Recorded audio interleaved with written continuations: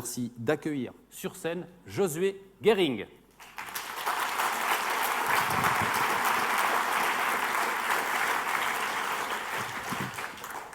Josué, vous connaissez les règles du concours et la règle de cette finale. Quand vous direz « je suis prêt », le chrono s'enclenchera.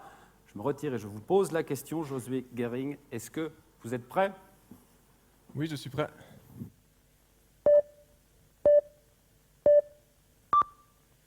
Vous êtes-vous déjà demandé, en regardant un flocon de neige tomber, pourquoi a-t-il cette forme particulière ?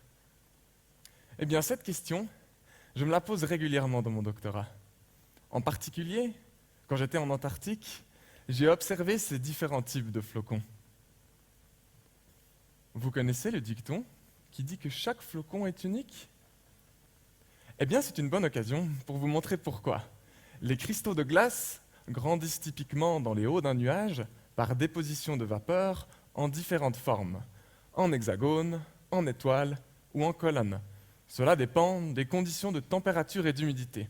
Lorsqu'ils sont assez grands pour tomber, ils peuvent entrer en collision et rester collés, formant ce que l'on appelle des agrégats.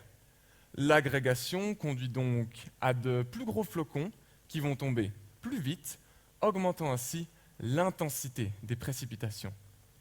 D'autre part, lorsque les cristaux de glace entrent en contact avec des gouttelettes d'eau dans les nuages, celles-ci peuvent se solidifier à la surface, formant ce que l'on appelle du givrage. Le givrage rend les cristaux plus sphériques et plus denses, augmentant ainsi la quantité de neige qui tombe au sol. Cela semble clair. Les conditions météo ont une influence sur la formation des flocons de neige. Eh bien, le but de mon doctorat, c'est de comprendre comment.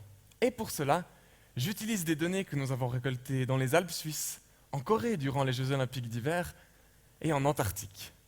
Je m'intéresse donc aux régions montagneuses et polaires, là où les mesures de chute de neige représentent un véritable défi.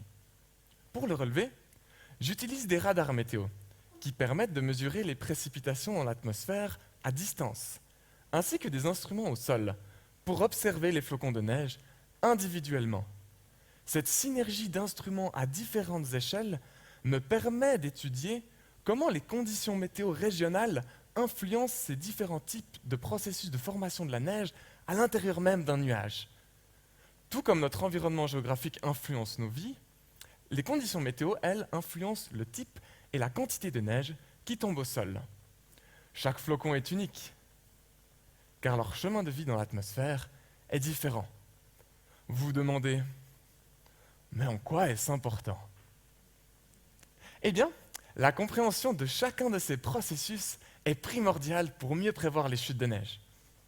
Par exemple, en Antarctique, une bonne prévision des précipitations est cruciale pour déterminer le futur de la calotte polaire. Chaque flocon joue un rôle pour compenser sa fonte, tout comme chaque être humain a un rôle à jouer dans la lutte contre le changement climatique.